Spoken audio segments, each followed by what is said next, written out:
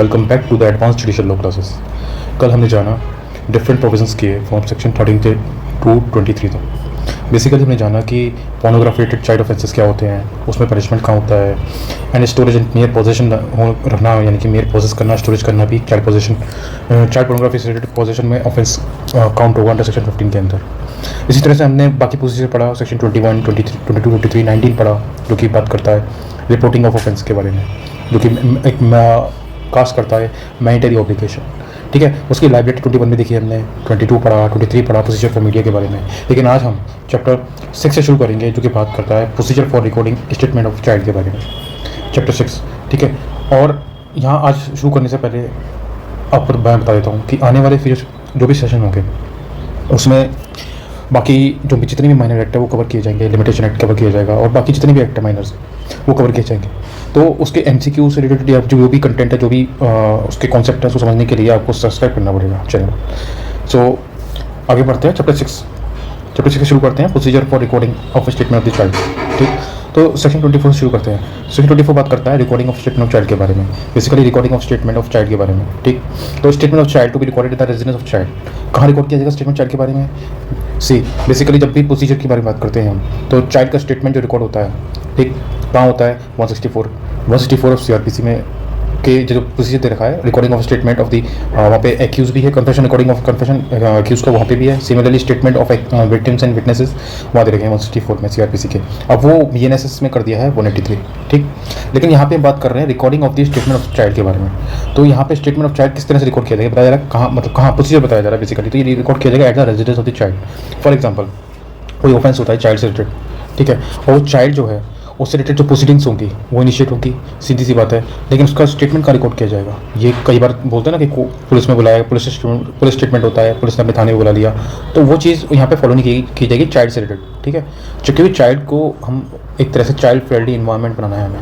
Basically जो main objective है set का वो ये है कि चाइल्ड को किसी न किसी तरह से उसकी जो बेसिकली जो उसकी जो उसको एक्सप्लॉयटेशन ना हो, बेसिकली सेकेंडरी विक्टिमाइजेशन ना हो। ठीक, तो इसी तरह से हम पढ़ते हैं, अभी समझेंगे इसके आगे, और बाकी बहुत सारे वेलफेयर प्रोविजंस हैं उसके बारे में समझेंगे। तो यहाँ कह रहा है at the residence of the child. ठीक, इसी तरह से यहाँ पे बात की जा रही है, और यहाँ पे लिखा है कि जहाँ पे वो रहता है या तो वहाँ पे रिकॉर्ड होगा स्टेटमेंट, या फिर जहाँ पे वो यूजुअली रिराइट्स और at the place of his choice, जहाँ पे वो चाहता है। ठीक, अगर वो चाहता है कि मान लो अपने माँ बाप के सामने स्टेटमेंट दे, या अपने वकील के सामने, या अपने कोई ट्रस्ट एंड कॉन्फिडेंस के जो मेंबर है उसका, उससे बात करता है, वो उसके सामने दे, तो उसके सामने देगा। As far as practical by women police officer not below the rank of sub inspector, it is very important. So women police officer ही उसका स्टेटमेंट रिकॉर्ड करेगी, जो कि सब इंस्पेक्टर की रैंक से कम की नहीं होगी। ठीक है, ये बहुत इंपॉर्टेंट है। तो इसी तरह से आगे प्रोविजन आने वाले आगे दूसरे प्रोविजन के बारे में बात करें, सेकंड क्लॉज के बारे में। ठीक, तो 24 क्लॉज 2 में बताया गया है कि police officer while recording the statement of the child shall not be in uniform. You need to understand it. यहाँ पे जब भी पुलिस वाला या पुलिस वाली या वुमेन पुलिस ऑफिसर है, तो वो अपने पुलिस यूनिफॉर्म में नहीं होगी, क्योंकि इससे बच्चे ताकि डर ना जाए कहीं, क्योंकि बच्चे को एक फियर पैदा ना हो जाए माइंड में। अगर वो फियर पैदा हो गया तो वो कुछ बोल ही नहीं पाएगा। सो फॉर दैट पर्पस, ठीक है, उसी पर्पज़ के लिए चाइल्ड को देखते हुए, चाइल्ड का जो बेस्ट इंटरेस्ट है उसको देखते हुए यहाँ पे ये प्रोविजन बनाए गए हैं। इसी तरह से हम पढ़ेंगे आगे 24 क्लॉज 3 का। Police officer making the investigation shall while examining the child ensure that no point of time child come in contact with any vehicle, है ना। जब भी कोई इन्वेस्टिगेशन कर रहा है पुलिस वाला, या पुलिस बेसिकली पुलिस इन्वेस्टिगेशन कर रही है, कोई ऑफेंस हो गया है, FIR भी हो गई है, लेकिन उसका जो इन्वेस्टिगेशन है वो बहुत ज़रूरी होता है ना। इन्वेस्टिगेशन मेजर रोल प्ले करता है कोई भी ट्रायल कमेंस होने से पहले। तो बेसिकली इन्वेस्टिगेशन जो है उसमें ये ध्यान रहे, या पुलिस वाले को ये इंश्योर करना पड़ेगा कि वो एक्यूज के कांटेक्ट में ना आए किसी की तरह से। कहीं ऐसा ना हो कि एक्यूज को भी बुला लिया जाए और एक्यूज को सामने चाइल्ड से पूछ रहे हैं, चाइल्ड बोल नहीं पा रहा है, डर रहा है, तो ये सब को ये कौन इंश्योर करेगा भाई? बेसिकली जिसके पास पावर है, और पावर ऑफ इन्वेस्टिगेशन किसके पास है? पुलिस ऑफिसर के पास है। इसी तरह से तीसरा 4th क्लॉज दे रखा है, no child shall be detain in the police station in the night for any reason. ठीक, तो यहाँ पे एक तरह से ये है कि नाइट में किसी भी चाइल्ड को पुलिस स्टेशन में डिटेन नहीं किया जाएगा for the purpose of investigation और फॉर एनी अदर रीजन। ठीक है, 5th क्लॉज बात करता है police officer shall ensure that the identity of the child is protected from the public media. तो ये भी एक तरह से बात समझनी होगी, क्योंकि बेसिकली पैरामाउंट इंपॉर्टेंस किसको दी है? चाइल्ड की आइडेंटिटी को, चाइल्ड की कॉन्फिडेंशियलिटी को। तो ये जो पॉलिसी मेजर एक्ट, जो मेजर ऑब्जेक्ट है इसका सेक्ट का, ये बात करता है कि आइडेंटिटी रिवील ना हो किस तरह से चाइल्ड की, उसको प्रोटेक्ट किया जाए पब्लिक से। तो यहीं पे कौन इंश्योर करेगा? पुलिस ऑफिसर इंश्योर करेगा। क्यों? क्योंकि वो इन्वेस्टिगेशन कर रहा है उस तरफ, और उसकी ड्यूटी है ये इंश्योर करना। ठीक, इसी तरह से 25 की बात करते हैं। 25 बात करता है recording of the statement of child by magistrate. अभी हम बात क्या कर रहे थे, रिकॉर्डिंग ऑफ स्टेटमेंट। किस कौन रिकॉर्ड कर रहा था यहाँ पर, पुलिस ऑफिसर, ठीक है, पुलिस ऑफिसर। कौन पुलिस ऑफिसर, कौन वुमेन पुलिस ऑफिसर, ठीक है। तो वुमेन पुलिस ऑफिसर यहाँ पे रिकॉर्ड करी थी, या हम बात कर रहे थे स्टेटमेंट, ठीक है। इसी तरह से हम बात करेंगे आगे, ये रिकॉर्डिंग ऑफ स्टेटमेंट बात कर रहा है 25 बाय मजिस्ट्रेट के थ्रू, ठीक है, मजिस्ट्रेट रिकॉर्ड करेगा उसमें। अब बात करते हैं if statement of child is being recorded 164। एक बात हो, ये जो सेक्शन 24 है रिकॉर्डिंग ऑफ स्टेटमेंट, ये पुलिस को जो दिया गया बयान है वो 162 में बेसिकली देना पड़ता है सीआरपीसी के, ठीक है। बीएनएसएस का कॉरस्पॉन्डिंग प्रोविजन आपको आप एक बार देख लेना 162 सीआरपीसी। लेकिन जब मजिस्ट्रेट को स्टेटमेंट देते हैं तो वो 164 में रिलेवेंट होता है। 164 का रिलेवेंट है 183 बीएनएसएस, ठीक है। कौन सा 183 बीएनएसएस, ठीक। तो यहाँ पे रिकॉर्डिंग ऑफ स्टेटमेंट जब मजिस्ट्रेट रिकॉर्ड करेगा तो hereafter magistrate recording statement, ठीक है, record the statement as spoken by child. तो जो भी चाइल्ड ने बोला है, फॉर एग्जांपल ये ए है, अगर ए कोर्ट में जाता है, ए मतलब चाइल्ड है, चाइल्ड विक्टिम कोर्ट में जाता है, कोर्ट में उसका मजिस्ट्रेट जो है वो रिकॉर्ड करता है। तो यहाँ लिखा हुआ है कि record the statement as spoken by the child, ठीक है। तो जो भी स्टेटमेंट बोला जाएगा चाइल्ड के थ्रू, चाहे वो इंग्लिश में बोले चाहे वो हिंदी में बोले, वो चाइल्ड का स्टेटमेंट जो है रिकॉर्ड होगा। कौन करेगा, मजिस्ट्रेट करेगा, उसी लैंग्वेज में करेगा जिसमें चाइल्ड ने बोला है। इंग्लिश में किया है तो इंग्लिश में रिकॉर्ड करेगा, हिंदी में किया है तो हिंदी में रिकॉर्ड करेगा, ठीक। Provided as a provision of continuing first proviso, section 164 permits the presence of advocate or accused shall not apply in the case। तो कहने का मतलब ये है कि जरूरी नहीं है कि जो प्रोविजन में 164 सीआरपीसी के दे रखा है कि एडवोकेट का प्रेजेंट होना जरूरी है उस केस में, यहाँ पे वो एप्लीकेबल नहीं होगा। यानी कि मतलब ये है कि एडवोकेट का प्रेजेंट होना जरूरी नहीं है, जो कि प्रोविजन 164 में दे रखा है ऑलरेडी, तो यहाँ वो प्रेजेंट नहीं करेगा। कहने का मतलब है चाइल्ड को डराया नहीं जाएगा, चाइल्ड के अंदर दिमाग में डर ना बैठे, इसलिए चाइल्ड को फ्रीली छोड़ा जाएगा ताकि वो स्टेटमेंट दे सके मजिस्ट्रेट के सामने, ठीक है। अभी हमने ये समझा 24 25 समझ में आया। अब आगे बात करते हैं।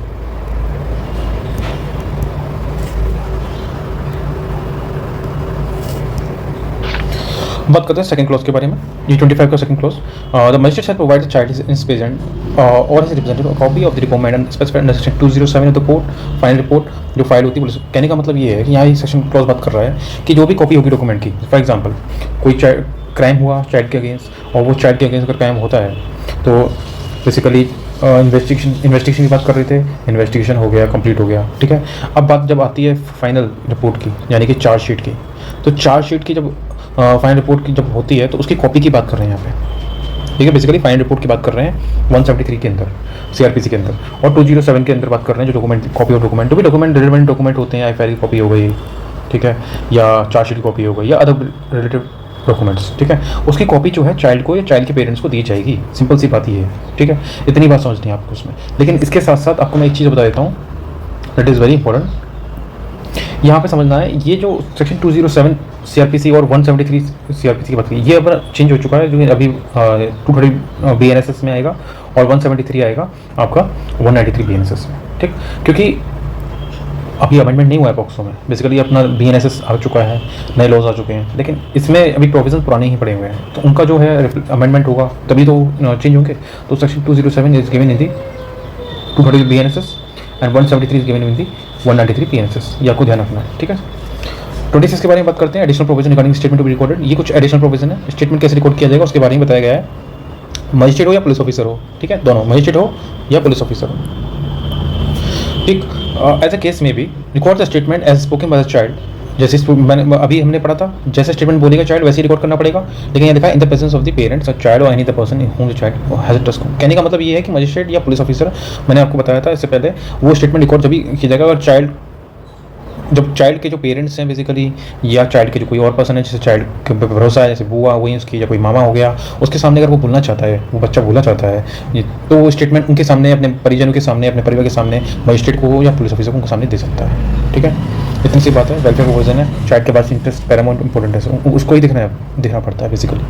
अब बात करते हैं टू क्लोज के बारे में, section 22 clause 2। Wherever necessary the magistrate और the police officer may take assistance of a translator interpreter being having such qualification experience. कहने का मतलब ये अगर चाइल्ड कोई और दूसरी लैंग्वेज में अगर स्टेटमेंट देता है, फॉर एग्जांपल उसको कोई ऐसा कोई लैंग्वेज है, तो मजिस्ट्रेट और पुलिस ऑफिसर को हेल्प नहीं पड़ेगी, किसकी, ट्रांसलेशन की और इंटरप्रेटर की, ठीक है। जो भी रिलेवेंट क्वालिफिकेशन है, उसके एक्सपीरियंस, उसके बेसिस पे जो पेमेंट होगा उसके बेसिस पे उसका स्टेटमेंट जो है रिकॉर्ड किया जाएगा चाइल्ड का, ठीक है। That is very important.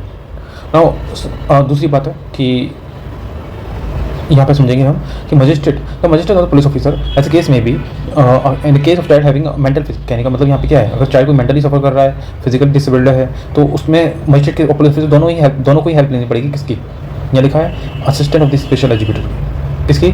Of the special educator की, ठीक है, जो चाइल्ड की बात को समझ सकता है बेसिकली। ये कोई ऐसा फैमिली पर्सन मतलब in the manner of communication of child, जो उसको जानता हो या उसकी बातें समझता हो, उसकी भी हेल्प ले सकते हैं, या किसी एक्सपर्ट की, कोई एक्सपर्ट है पर्टिकुलर साइकोलॉजी हो गया या कोई साइकेट्रिस्ट हो गया, उसकी भी हेल्प ले सकते हैं बेसिकली। यहाँ उसके बारे में बात की जा रही है, ठीक है। तो ये एडिशनल प्रोविजन है कुछ की बात करते हैं। पहले हमने पढ़ा प्रेजेंस ऑफ द पेरेंट्स के सामने वो स्टेटमेंट देगा, या अपने कोई ट्रस्ट एंड कॉन्फिडेंस के सामने स्टेटमेंट देगा मजिस्ट्रेट ऑफ पुलिस को। इसमें दूसरा हमने पढ़ा कि ये जो जिस स्टेटमेंट, जिस लैंग्वेज में स्टेटमेंट दिया है, उसके समझने के लिए हम ट्रांसलेट और इंटरप्रेट की मदद लेते हैं। तीसरा क्या पढ़ा हमने? तीसरा पढ़ा, अगर वो मेंटली फिजिकली सफर कर रहा है तो हम असिस्टेंट देते हैं स्पेशल एजुकेटर की, या कोई पर्सन फैमिलियर है उसकी बातों से, या फिर ऐसा कोई चाइल्ड एक्सपर्ट, ठीक, जो साइकोलॉजी में है।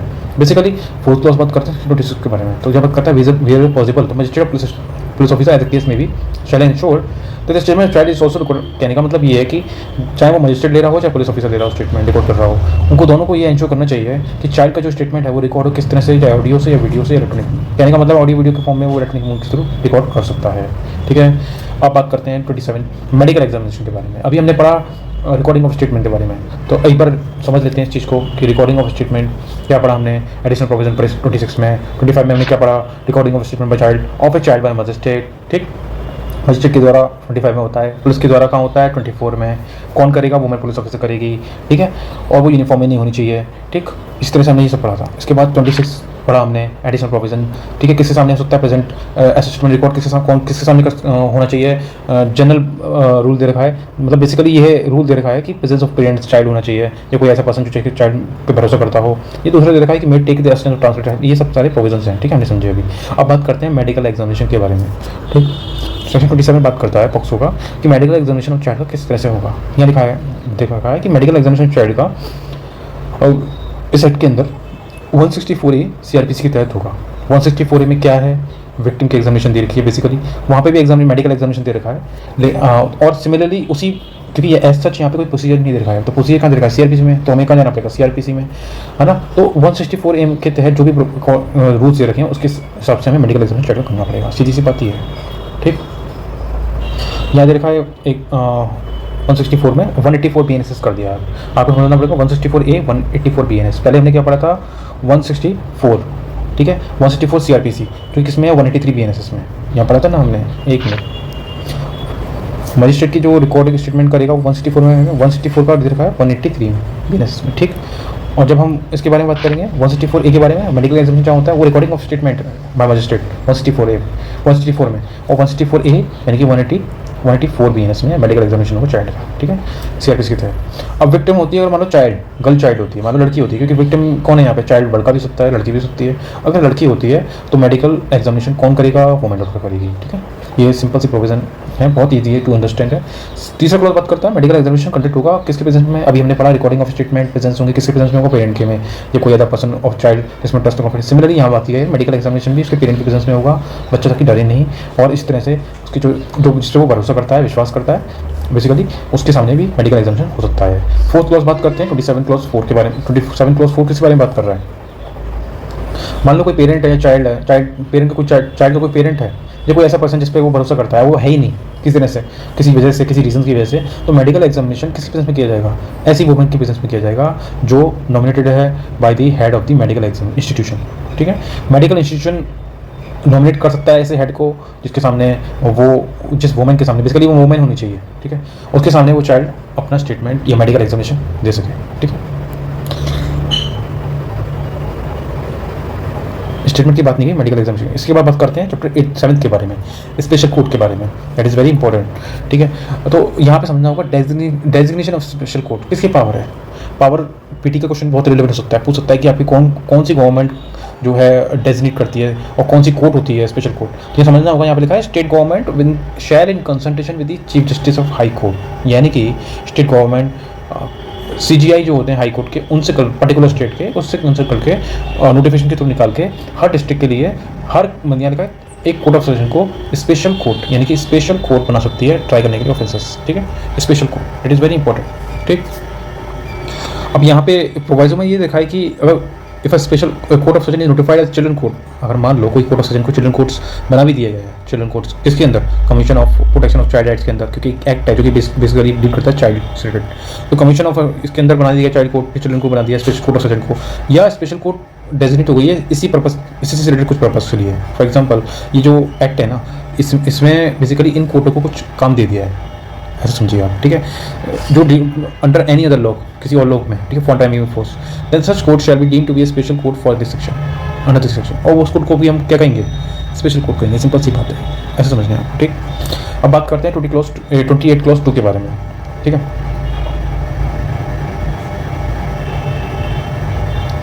28 क्लॉज 2 बात करता है, while trying an offence under this act, a special court shall also try an offence with which the accused may under the court CRPC be charged with the same trial।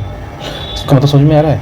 कहने का मतलब ये है कि special court ऐसे offences को भी try करेगी जिसमें एक्यूज सीआरपीसी में प्रोसीजर में सेम ट्रायल से डेल कर रहा है। फॉर एग्जांपल हम उसको ऐसे समझते हैं, जैसे मान लो वो एक्यूज है, उस एक्यूज का ट्रायल ऑलरेडी सीआरपीसी यानी कोर्ट ऑफ सेशन में चल रहा है, कोई और क्राइम से रिलेटेड, ठीक है, कोई जैसे फॉर एग्जांपल मर्डर कर दिया किसी का, या फॉर एग्जांपल किसी ने उसको कोई हीनियस क्राइम किसी और किस्म कर दिया, लेकिन उसने चाइल्ड के संग भी एक सेक्सुअल ऑफेंस किया है, ठीक है, तो स्पेशल कोर्ट कौन है यहाँ पे, कोर्ट ऑफ सेशन कोई बनाया गया है बेसिकली यहाँ पे, तो कोर्ट स्पेशल कोर्ट उन मैटर्स को भी डील करेगी। कहने का मतलब ये है also try an offence with which accused may under CrPC, मतलब obviously court of special court की यहाँ पे वाइड पावर्स है, ठीक है, तो स्पेशल कोर्ट वो मैटर्स भी ट्राई कर सकती है जो जिसका वो ऑलरेडी ऑफेंस चल रहा है, ठीक है, साथ साथ, ठीक, और चाइल्ड के ऑफेंसेस को भी डील कर सकती है। तो इतनी सी बात है बस, ठीक है, इसको हमने ऐसे समझा। और यहाँ पे लिखा है थर्ड क्लॉज में, special court constitute under this act, इस एक्ट के अंदर जो भी स्पेशल कोर्ट बनी है, जैसे है ना, तो shall have a jurisdiction to try offences under section 67B of the act of that act in this so far as to publication transmission of sexual explicit material depicting child in any of the act conduct or manner of facilitated abuse of children। कहने का मतलब क्या है, यहाँ पे ये बात बता रहा है कि स्पेशल कोर्ट का जुरिडिक्शन उन ऑफेंसेस को भी ट्राई करने का होगा जो ऑफेंसेस कहाँ आ रहे हैं, section 67B of the IT act 2000 में आते हैं। Section 67B of the IT act 2000 deal करता है बेसिकली कुछ offences related to the online sexual material से रिलेटेड, पोर्नोग्राफी हो गया, मटेरियल हो गया ऑनलाइन जो बेसिकली इसका ट्रांसमिट हो सकता है, यहाँ लिखा है ना पब्लिकेशन ट्रांसमिशन, तो जिनका ट्रांसमिशन होगा पब्लिकेशन होगा उनसे रिलेटेड कौन सा सेक्शन डील करता है, अपने आप में एक कोडिफाइड प्रोविजन है यहाँ पे सेक्शन 67B, और बहुत इंपॉर्टेंट है। हम इस सेक्शन 67B को पॉक्सो के संग पढ़ते हैं, ठीक है, तो ये पीटी में पूछा जाता है कि कौन सा IT एक्ट का सेक्शन डील करता है पॉक्सो के प्रोविजन से, तो सेक्शन 67B अपने आप में एक कोडिफाइड प्रोविजन है जो कि डील करता है। और यहाँ ये बताया गया है कि स्पेशल कोर्ट उन ऑफेंसेस को भी ट्राई करेगी, सिंपल सी बात ये है, ठीक है, इसको ऐसे समझा हमने। अब बात करते हैं 29 के बारे में, presumption of the certain offences, ठीक। 29 बात कर रहा है कि where a person is prosecuted for committing और अबेटिंग अटेम्प्टिंग कमिट ऑफेंस, हमने पढ़ा कि जब भी कोई इंसान, ठीक है, एक्यूज कोई प्रोसिक्यूट किया जाता है इस एक्ट के अंदर कमिट करने के लिए क्राइम ऑफेंस सेक्सुअल अब्यूज़ वगैरह हरासमेंट, ठीक है, या वो अबेट करता है या अटेम्प्ट करता है, जो हमने पढ़ा था कल अबेटमेंट के बारे में, अटेम्प्ट के बारे में। लेकिन any offence under this section 357 and section 9 of this act, ठीक है, इन सेक्शन के अंदर भी करता है, मतलब कहने का मतलब है कि ऑफेंस अगर इस सेक्शन के अंदर करता है, the special court shall presume that such person has committed abetted attempted to commit the offence. क्या मतलब है इसका इससे मतलब समझते हैं हम, मान लो जैसे ऑफेंस हुआ चाइल्ड के रिलेटेड, ठीक है, और वो इंसान को की FIR हुई, ठीक है, FIR हुई और फिर चार्जशीट डली, फिर वो उसको कोर्ट लाया गया और कोर्ट लाने के बाद उसका प्रोसिक्यूशन शुरू हुआ, ठीक है। प्रोसिक्यूशन शुरू होने के बाद हमने इसको ऐसे समझा कि the special court shall presume, अब यहाँ पे प्रोसिक्यूशन को बस इतना कहना है कि इसके चाइल्ड के खिलाफ उसने कमिट किया है क्राइम, ठीक है, लेकिन बर्डन ऑफ प्रूफ किस पे लाई करेगा, यहाँ लिखा है कोर्ट शैल प्रिज्यूम, वर्ड शैल प्रिज्यूम है यहाँ पे, ठीक है। तो प्रिज्यूम क्या कर रही है कोर्ट, यहाँ पे कोर्ट प्रिज्यूम कर रही है कि इस इंसान ने ये ऑफेंस कमिट किया है, अबेट किया है, अटेम्प्ट किया है, ठीक है, प्रिज्यूम कर रही है। इसका मतलब क्या हुआ, इसका मतलब ये हुआ कि यहाँ पे burden of proof the contrary, यानी कि इस प्रिजम्पशन को रिवर्ट करने के लिए बर्डन ऑफ प्रूफ किस पे होगा, एक्यूज पे होगा। यानी कि कोर्ट तो प्रिज्यूम कर लेगी ऑफेंस की ऐसा हुआ है, ठीक है, लेकिन बर्डन ऑफ प्रूफ एक्यूज पे होगा उसको डिस्प्रूव करने के लिए, इतनी सी बात है। 29 30 बात करता है मेंटल स्टेट के बारे में, culpable of mental state presumption के बारे में, ठीक है। तो कई बार क्या होता है कि हम मेंसरिया जो होता है बेसिकली हम क्रिमिनल केसेस में IPC में बात करते हैं कि मेंसरिया और एटेस्टेट बहुत इंपॉर्टेंट एस्पेक्ट है इंग्रेडिएंट ऑफेंस के। concurrence of the both mental state, that is guilty mind, mensaria, and the attestation should be there for establishing the criminal liability, ठीक है। लेकिन यहाँ हम समझ रहे हैं कि कभी कभी कुछ केसेस में स्ट्रिक्ट लाइबिलिटी केसेस भी होते हैं जहाँ पे मेंटल स्टेट की रिक्वायरमेंट नहीं होती है, ठीक है। Mental state is not required to be prove in that case. जैसे फॉर एग्जांपल हीनियस ऑफेंस हो गए, रेप हो गया, उसमें रिक्वायरमेंट नहीं है कि आपको मेंसिया प्रूव करना है। लेकिन हम सेक्शन जब स्टडी यहाँ पढ़ रहे हैं कल्पेबल, इसका प्रिजम्पशन की बात की गई है यहाँ पे, ठीक है। तो यहाँ लिखा है in any prosecution for any offence under this act which requires a culpable mental state on the part of the accused. क्या मतलब है, कोई भी ऑफेंस अगर होता है सेट के अंदर और जिसमें ये कहा गया है, फॉर एग्जांपल हमने पढ़ा ना सेक्सुअल इंटेंट होना चाहिए, बहुत सारे ऑफेंसेस सेक्शन में पढ़ा हमने पॉक्सो की, अभी सेक्शन 15 में 13 में कि सेक्सुअल इंटेंट होना चाहिए, सेक्सुअल इंटेंट होना बहुत जरूरी है। बार बार मैंने फोकस किया था उस वर्ड पे। उन जितने भी ऑफेंसेस हैं उनमें जितने भी मेंटल स्टेट की बात की गई है पार्ट ऑफ एक्यूज पे, ठीक है। स्पेशल कोर्ट क्या करेगी, उनका प्रिजम्पशन ले लेगी कि ऐसा मेंटल स्टेट रहा था, ठीक है। But shall be the defence होगा एक्यूज के लिए कि वो प्रूव करे इस फैक्ट को कि he had no such mental state, ठीक है। प्रोसिक्यूशन को यहाँ पे जरूरत नहीं है प्रूव करने की इसका मेंटल स्टेट था नहीं था, ठीक है। यहाँ पे कोर्ट प्रिजम्पशन ले डाउन कर रही है कि ऐसा मेंटल स्टेट था उसका क्राइम करने का, ठीक है। अब यहाँ पे डिफेंस किस बर्डन ऑफ प्रूफ किसके पास है, एक्यूज के पास है डिसप्रूव करने के लिए। डिफेंस किसके पास हुआ, एक्यूज के पास हुआ, वही बात कर रहा है। It shall be a defence for the accused to prove the fact that he had no such mental state with respect to the act charge as an offence of this prosecution, ठीक है।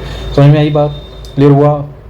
बस इतनी सी बात कर रहा है कि court यहाँ पे प्रिजम्पशन ले डाउन कर देगी मेंटल स्टेट का, लेकिन फिर एक्यूज को डिफेंस लेके उसको रिपोर्ट करना पड़ेगा उसको प्रिजम्पशन का। तो यहाँ पे दो तरह के प्रिजम्पशन की बात की गई है बेसिकली रिगार्डिंग दी ऑफेंसेस के बारे में कि ऐसे ऑफेंसेस उसने कमिट किए हैं और वहाँ पे भी defence burden of proof strict होगा, किस पे होगा, एक्यूज पे होगा रिपोर्ट करने के लिए। सिमिलरली दूसरा प्रिजम्पशन मेंटल स्टेट के बारे में बात किया गया है, ठीक है। तो सेक्शन 30 एंड 29 एंड 30 बहुत इंपॉर्टेंट है और प्री पॉइंट ऑफ व्यू से, ठीक। एक और चीज़ मैं बता देता हूँ, कल्पेबल मेंटल स्टेट का मतलब क्या होता है, यहाँ लिखा है क्लियर एक्सप्लेनेशन में। इसका मतलब इंटेंशन भी होता है, मोटिव भी होता है, नॉलेज ऑफ फैक्ट भी होता है एंड बिलीव भी होता है, रीजन टू बिलीव होता है। क्योंकि बेसिकली हम बात करते हैं mental state, mental state uniformly applicable नहीं होता हर सेक्शन पे, अलग अलग रिक्वायरमेंट होती है, ठीक है। उसमें इंटेंशन भी आएगा, उसमें इस पर्पज़ के लिए मोटिव भी आएगा, नॉलेज भी आती है, स्पेसिफिक काइंड्स ऑफ मेंसरी आएंगे, ठीक है, रीजन टू बिलीव भी आता है, ठीक है। ये सारी चीज़ें सेक्शन 31 बात करता है सीआरपीसी के बारे में, just to proceeding before the special court, ठीक। तो यहाँ पे हम समझेंगे कि सीआरपीसी कैसे एप्लीकेबल है। अभी मैंने पढ़ा था सीआरपीसी हर जगह एप्लीकेबल था प्रोसीजर एस्पेक्ट में, तो जहाँ पे प्रोसीजर की बात आती है, क्योंकि प्रोसीजर कहाँ दे रखा है, सीआरपीसी में दे रखा है, बीएनएसएस में दे रखा है, ठीक।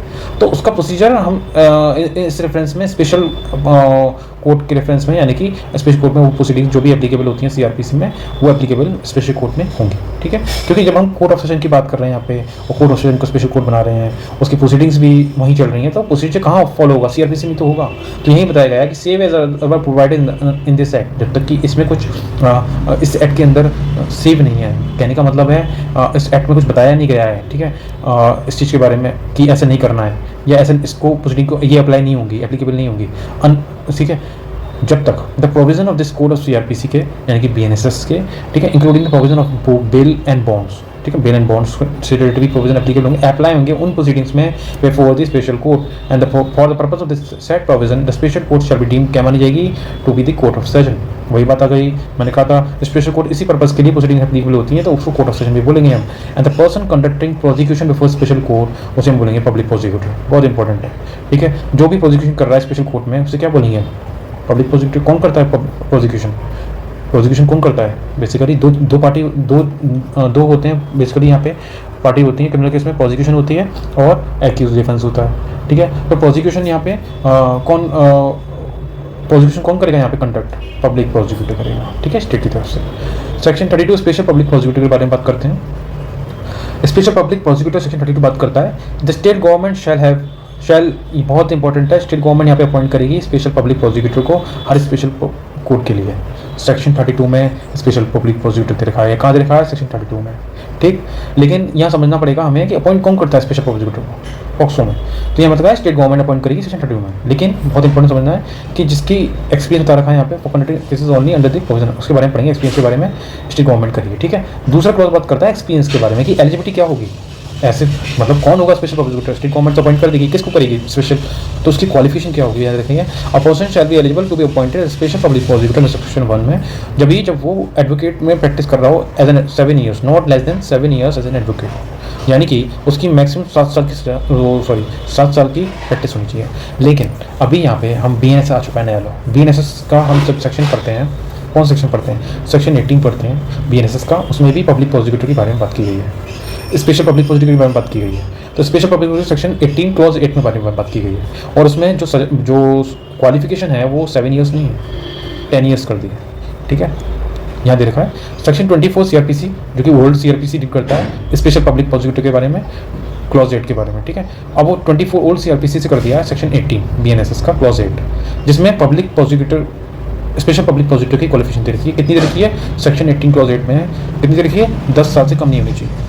ठीक है, तो इसका भी अमेंडमेंट होगा, डेट इज़ वेरी इंपॉर्टेंट। और प्री पॉइंट ऑफ व्यू से तो ये एक्ट जो है बेसिकली चेंज नहीं हुए हैं अभी, तो बहुत इंपॉर्टेंट है समझना। हमें CRPC यानी कि BNSS का नया लॉ पढ़ना ही पड़ेगा, ताकि हमें पता हो कि चेंजेस क्या हुए हैं, और ये पता होना चाहिए सेक्शन 18 क्लॉज 8 में। ठीक है, ये लिखा है एवरी पर्सन अपॉइंटेड, जो भी अपॉइंट हुआ पब्लिक प्रोसिक्यूटर को, हम उसको सेक्शन 2 क्लॉज U CRPC के अंदर क्या मानेंगे, public deem to be a public prosecutor. कहने का मतलब क्या है, ये है कि ये क्लॉज कहता है कि जो भी अपॉइंट हुआ है स्पेशल पब्लिक प्रोसिक्यूटर, हम CRPC के इस सेक्शन के अंदर उसको हम पब्लिक प्रोसिक्यूटर मानेंगे। ठीक, लेकिन अब ये चेंज हो गया है फिर से सेक्शन 2 क्लॉज ऑफ U में। ठीक है, पब्लिक प्रोसिक्यूटर होता है, डेफिनेशन दे रखी है पब्लिक प्रोसिक्यूटर कौन होता है, सेक्शन 2 क्लॉज U CRPC में रखा है। लेकिन अब कहाँ दे रखा है, अब हमें पढ़ना पड़ेगा section 2B of the BNSS में रखा है, रेड विद सेक्शन 18, क्योंकि पब्लिक प्रोसिक्यूटर कौन है, क्या क्वालिफिकेशन होगी, सेक्शन 18 क्लॉज 7 में दे रखा है BNSS के। ठीक है, कहाँ पढ़ते हैं हम, सेक्शन 2B में पब्लिक प्रोसिक्यूटर की डेफिनेशन दे रखी है कि पब्लिक प्रोसिक्यूटर कौन होगा BNSS के, और सेक्शन 18 में दे रखा है पब्लिक प्रोसिक्यूटर की डिटेल रूल्स कि कौन होगा, क्या क्वालिफिकेशन होगी क्लॉज 7 में। ठीक है, जिसका क्वालिफिकेशन है not less than 7 years for the public prosecutor, additional public prosecutor. ठीक है, ये आपको पता होना चाहिए। अब यहाँ पे इतना सब हम करने के बाद अब हम सेक्शन 33 के बारे में बात करते हैं, जो बात करता है procedure and power of special courts and recording of evidence के बारे में। क्या बात कर रहा है कि पावर क्या होंगी कोर्ट्स की, स्पेशल कोर्ट्स की एविडेंस की रिकॉर्डिंग कैसे की जाएगी, सेक्शन 33 वहाँ से चैप्टर 8 बात करता है। सेक्शन 33 की बात करते हैं तो पावर क्या होगी, प्रोसीजर क्या होगा, यानी कि स्पेशल कोर्ट में take cognizance of any of the offence without accused being committed to it for trial upon receiving an complaint of facts which constitute such offence. कहने का मतलब क्या है, ये कह रहा है कि स्पेशल कोर्ट जो है डायरेक्ट कॉग्निजेंस ले सकती है कोई भी ऑफेंस का, इस ऑफेंस का बिना एक्यूज को कमिट किए। कहाँ कमिट किए, ट्रायल के लिए। फॉर एग्जाम्पल क्या होता है, जो भी इनियस ऑफेंस होते हैं, मर्डर हो गया, तो इसके लिए जो छोटी कोर्ट्स होती हैं वो कोर्ट्स जो होती हैं वो डायरेक्टली कॉग्निजेंस लेके ट्रायल नहीं कर सकती, कॉग्निजेंस ले लेंगी लेकिन वो ट्रायल करने के लिए कमिट कर देती हैं कोर्ट ऑफ सेशन में। ठीक है, लेकिन यहाँ पे स्पेशल कोर्ट की पावर ज़्यादा बताई गई है कि पावर ये है कि वो कॉग्निजेंस भी ले सकती है, ठीक है, डायरेक्ट, और बिना कमिट किए ट्रायल भी कर सकती है। समझ आई बात, वो क्या कर सकती है, कॉग्निजेंस भी ले सकती है और ऐसे हीनियस ऑफेंसेस का, और वो ट्रायल भी कर सकती है बिना कमिट किए, जब भी इसको कंप्लेन मिलेगी या पुलिस रिपोर्ट के बेसिस पे, पुलिस रिपोर्ट यानी कि चार्जशीट। ठीक, दूसरा बात करता है स्पेशल पब्लिक प्रोसिक्यूटर केस में भी counsel appearing for the accused shall by recording the examination chief cross examination shall communicate the question to report to the special court. कहने का मतलब क्या है, ये बात कर रहा है जब भी स्पेशल पब्लिक प्रोसिक्यूटर, ठीक है, प्रोसिक्यूट करता है या अपीयर होता है एक्यूज के लिए, ये लिखा है, एक मिनट, स्पेशल पब्लिक प्रोसिक्यूटर या फिर काउंसिल, दोनों वकीलों की बात की जा रही है। अगर वो एक्यूज के लिए काउंसिल अपीयर हो रहा है या पब्लिक प्रोसिक्यूटर विक्टिम के लिए अपीयर हो रहा है, तो उस केसेस में जब भी रिकॉर्डिंग ऑफ एग्जामिनेशन रिकॉर्डिंग करेंगे, किसका, एग्जामिनेशन चीफ होगा। एक 3 स्टेज होती है basically, examination chief, cross examination and re examination child. ठीक है, तो वो 3 स्टेज जब भी चाइल्ड की होंगी उस दौरान स्पेशल प्रोसिक्यूटर जो है ऐसे क्वेश्चन, यानी कि फॉर एग्जाम्पल काउंसिल पूछ रहा है या स्पेशल एग्जामिनेशन चीफ में कौन पूछेगा, ये स्पेशल प्रोसिक्यूटर, ये क्रॉस एग्जामिनेशन कौन पूछेगा, काउंसिल एक्यूज का पूछेगा। तो इसी तरह से कम्युनिकेट किस तरह से किए जाएंगे क्वेश्चन को, तो यहाँ लिखा है कि डायरेक्ट क्वेश्चन नहीं दिए जाएंगे चाइल्ड को।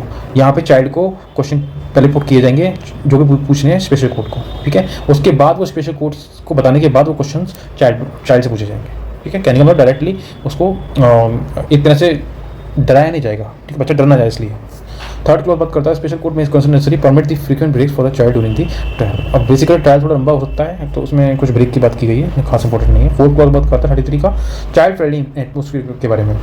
तो बाय अलोइंग फैमिली मेम्बर्स हों या गार्जियंस हों, उसके रिलेटिव्स हों, प्रेजेंट हो, या किसी चाइल्ड भरोसा करता है, वो लोग बेसिकली यहाँ पे प्रेजेंट होने चाहिए कोर्ट में। फर्स्ट क्लॉज बात करता है ensure child is not called repeatedly, बार बार उसको ना बुलाया जाए टेस्टिफिकेशन करने के लिए, एविडेंस देने के लिए। ठीक, सिक्स क्लॉज बात करता है shall not permit, basically court allow नहीं करेगा जो भी एग्रेसिव क्वेश्चन होते हैं या कैरेक्टर के बारे में, उसके बारे चाइल्ड के बारे में पूछा जा रहा है, या कोई एग्रेसिव क्वेश्चन है जिससे चाइल्ड डरा हुआ है, या बहुत ही एग्रेसिव क्वेश्चन है जिससे चाइल्ड भड़क जाए, गुस्सा हो जाए, या बुरा उसको लग जाए, बेसिकली फियर में आ जाए, तो उस तरह से। और बेसिकली स्पेशल कोर्ट ये भी इंश्योर करेगी कि जो चाइल्ड की डिग्निटी है वो मेंटेन रहे पूरे टाइम में। ट्रायल के दौरान। 7 क्लॉज बात करता है ensure dignity of the child, वही बात की है डिग्निटी चाइल्ड की, डोंट डिस्क्लोज ना हो किसी टाइम में, ठीक है, इन्वेस्टिगेशन ट्रायल दोनों में, ये हम पढ़ चुके हैं, वेलफेयर प्रोविजन है सारे, ठीक। इसमें कुछ नहीं है, बस यही बताया गया कि जहाँ पे भी स्पेशल कोर्ट अगर अलाउ करता है डिस्क्लोजर आइडेंटिटी चाइल्ड की, अगर वो इंटरेस्ट में है चाइल्ड के, ठीक है, तो उसके लिए रीजन से कोर्ट करना पड़ेंगे स्पेशल कोर्ट को, ठीक। बात करते हैं एक्सप्रेशन के बारे में। एक्सप्रेशन यही बात कर रहा है identity of child shall include the identity of child की फैमिली भी होती है, उसमें स्कूल भी आता है, उसका रिलेटिव्स भी आते हैं, और उसके पड़ोसी आसपास के लोग, या कोई ऐसी इन्फॉर्मेशन जो उससे पर्सनली रिलेटेड आइडेंटिटी से रिलेटेड है, ठीक है। 8th क्लॉज बात करता है डायरेक्ट पेमेंट के बारे में। अगर स्पेशल कोर्ट को लगता है कि चाइल्ड के रिहेबिलिटेशन के लिए चाइल्ड का इस तरह से मेंटल ट्रॉमा किया है, फिजिकल ट्रॉमा किया है उसका, तो उसके बेसिस पे डायरेक्ट पेमेंट कर सकता है, कंपनसेशन दे सकती है special court, in addition to punishment direct payment as a prescribe, ठीक है, तो डायरेक्ट पेमेंट दे सकते हैं का ऑर्डर दे सकता है कि एक्यूज जो है पेमेंट करे चाइल्ड को, विक्टिम को, क्योंकि फिजिकल और मेंटल ट्रॉमा का इस तरह वो उसने सफ़र किया है। 9th क्लॉज बात करता है, बहुत इंपॉर्टेंट 9th क्लॉज, थोड़ा इसको बाद हम समझेंगे। Subject to the provision of this act, the special court shall, for the purpose of trial of any offence under this act, shall have all the powers of court of session, shall try the such offence as if it were court of session and as far may be in accordance with the procedures specified in CRP। कहने का मतलब क्या है, जो special court के पास power होंगी वो जो same power court of session के पास है, ठीक है, वो सेम पावर स्पेशल कोर्ट के पास होंगी, और वही ऑफेंसेस जो ऑफेंसेस ट्राई कर सकता है, shall try the such offenses as if it were court of session, जैसे कि कोर्ट ऑफ सेशन के ऑफेंसेस होते हैं वैसे ही वो स्पेशल कोर्ट उसका कॉन्विडेंस लेगा और ट्राई करेगा, जैसे हम पढ़ चुके हैं। और इसी दौरान वो फॉलो क्या करेगा, प्रोसीजर, सीआरपीसी का प्रोसीजर फॉलो करेगा, ठीक है, सीआरपीसी का प्रोसीजर फॉलो करेगा फॉर ट्रायल के लिए, जो कि कोर्ट ऑफ सेशन में होता है, उसका प्रोसीजर फॉलो करेगा, ठीक, यानी कि बीएनएसएस का फॉलो करेगा। अब 34 के बारे में बात की जा रही है, procedure in case of commission of offence by child commission of faced by special court. 34 किस बारे में बात कर रहा है, 34 कह रहा है अगर मान लो कोई ऑफेंस किसी एक्यूज ने किसी बड़े इंसान ने नहीं किया है, लेकिन चाइल्ड ने किया है, चाइल्ड ने ही ऑफेंस चाइल्ड ने कर दिया, तो और दूसरी बात कह रहा है कि एज कैसे कैलकुलेशन होगी इसमें, स्पेशल कोर्ट कैसे कैलकुलेट करेगी इन बच्चों की एज, मान लो जहाँ पे कोई मार्कशीट नहीं है किसी बच्चे की या कुछ नहीं है, तो एज का या फिर कोई एविडेंस नहीं है उसके बारे में, तो कैसे, तो लिखा where any offence under this act is committed by child, जब भी ऑफेंस इस एक्ट के अंदर चाइल्ड के थ्रू होगा, ठीक है, चाइल्ड अगर कमिट करता है ऐसा ऑफेंस, तो ऐसा चाइल्ड डील होगा कहाँ पे होगा, juvenile justice care and protection act 2015। ये एक्ट बेसिकली डील करता है child in conflict with law, जो भी चाइल्ड क्राइम करते हैं उसे कहते हैं child in conflict with the law, ठीक है, तो जुवेनाइल जस्टिस उनसे डील करता है, तो उस ऑफेंस को हम कहाँ पढ़ेंगे, उस ऑफेंस को हम इन प्रोविजन के संग पढ़ेंगे,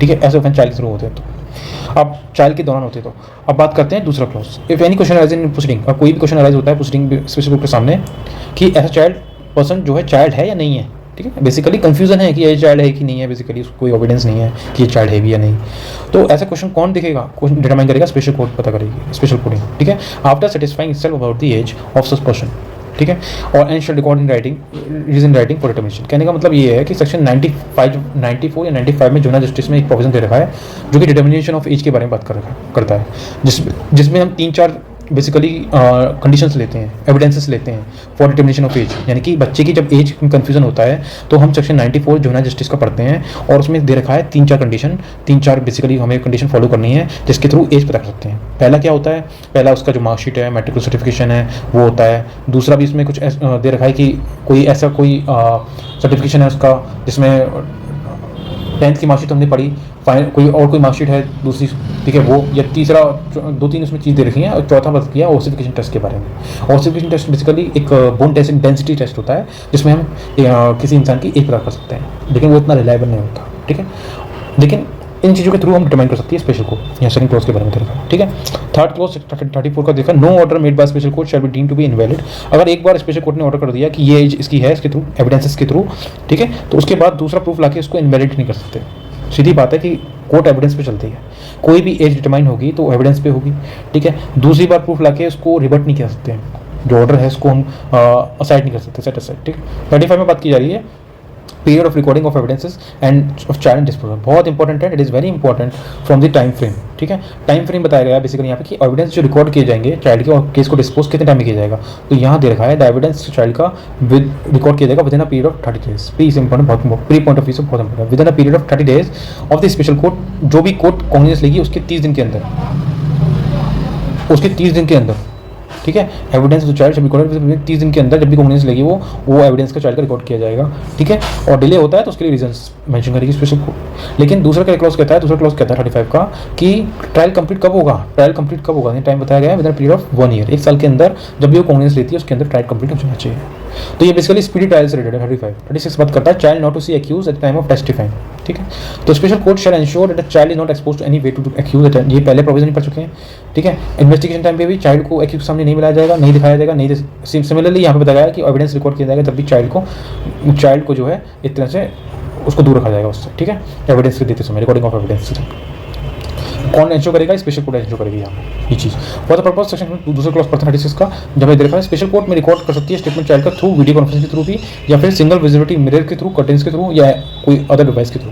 क्या मतलब है इसका मतलब ये है कि सुप्रीम कोर्ट अगर चाहे अगर वो चाहे तो स्टेटमेंट चाइल्ड का रिकॉर्ड कर सकती है वीडियो के थ्रू भी, ताकि इसको आने में असुविधा ना हो, कोई दिक्कत ना हो कोर्ट, ठीक है। या फिर सिंगल विजिबिलिटी मिरर के थ्रू भी, और कर्टेंस के थ्रू भी पर्दा लगा के इसको, ठीक है, या एनी अदर डिवाइस के थ्रू भी, ठीक। ये बेसिकली चाइल्ड वेलफेयर प्रोविजन सारे 37 में देखा। Trial should be conducted in camera, it is very important. Trial जो है इन कैमरा का मतलब क्या होता है? इन कैमरा का मतलब होता है प्राइवेटली, ठीक है। जो भी प्रोसीडिंग्स होंगी, ट्रायल होगा, स्पेशल कोर्ट जो करेगी ऐसे बच्चे का, वो इन कैमरा होगा, यानी कि प्राइवेटली होगा, यानी कि प्रेजेंस कौन प्रेजेंट होगा? पेरेंट्स होंगे, चाइल्ड के कोई और पसंद जिस पर चाइल्ड विश्वास करता है वही लोग होंगे, बाकी और कोई लोग नहीं होंगे यहाँ पर प्रेजेंट। तो इसका इन कैमरा का मतलब होता है प्राइवेटली, ठीक।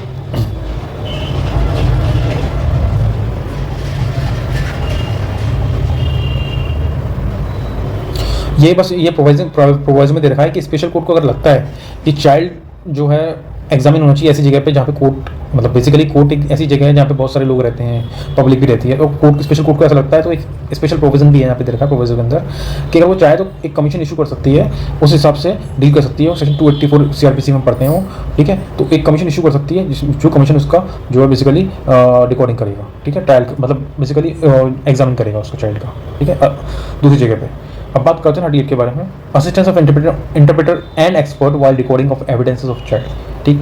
तो wherever necessary the court में take assistance of a translation interpreter, जहाँ भी जरूरत पड़ती है कोर्ट हेल्प कर सकती है ट्रांसलेशन की, ट्रांसलेटर की या इंटरप्रेटर की, ठीक। ये लिखा है while recording evidence of child, जब भी एविडेंस रिकॉर्ड किए जाते हैं चाइल्ड के थ्रू, अब वो कोई दूसरी लैंग्वेज में बोल रहा है या कुछ समझ में नहीं आ रहा उसको, या तो उसका ट्रांसलेटर भी होना चाहिए, इंटरप्रेटर भी होना चाहिए।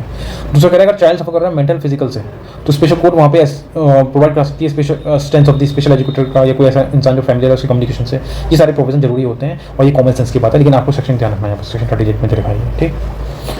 39 में गाइडलाइंस दे रखी हैं for child to take assistance of the expert. कौन गाइडलाइंस देगी? बेसिकली यहाँ पे असिस्टेंट जो है हम किसका ले रहे हैं? एक्सपर्ट्स का ले रहे हैं, इसी की बात की जा रही है बेसिकली 38 की बात। जब भी हम असिस्टेंस लेते हैं ट्रांसलेटर का, इंटरप्रेटर का, या कोई ऐसे इंसान का जो एजुकेशन फील्ड में एक्सपर्ट है, तो यहाँ पे गाइडेंस कैसे इसका रिकॉर्डिंग की जाएगी, कैसे इसको जो है असिस्टेंस लिया जाएगा, यहाँ कौन बताएगा? 38 में लिखा है स्टेट गवर्नमेंट बताएगी। Shall prepare the guidelines for use of non governmental organisation, private organisation बहुत सारी होती हैं, उनका भी हेल्प लेते हैं, प्रोफेशनल हो गए, एक्सपर्ट्स हो गए, ठीक, जिनको नॉलेज होती है साइकोलॉजी के बारे में, सोशल वर्क के बारे में, तो उनके बारे में गाइडलाइंस कौन बताएगा? स्टेट गवर्नमेंट बताएगी, ठीक है। किस तरह से आपको हेल्प करना है, किस तरह से आपको असिस्ट करना है कोर्ट में, ट्रांसलेशन में, ठीक है, प्री ट्रायल से या ट्रायल स्टेज में किस तरह से आपको हेल्प करना है, ताकि चाइल्ड की मेंटल हेल्थ और फिजिकल हेल्थ मेंटेन रहे उसकी, ये सब चीज़ को दिखना पड़ेगा। और ये गाइडलाइंस कौन देगी? स्टेट गवर्नमेंट, इन लोगों को, प्राइवेट लोगों को, स्टेट गवर्नमेंट। 39 में दे रखा है, सेक्शन याद रखना, ठीक। Section 40 right of child to take assistance legal practitioner, तो यहाँ लिखा है subject to the provision of section 301।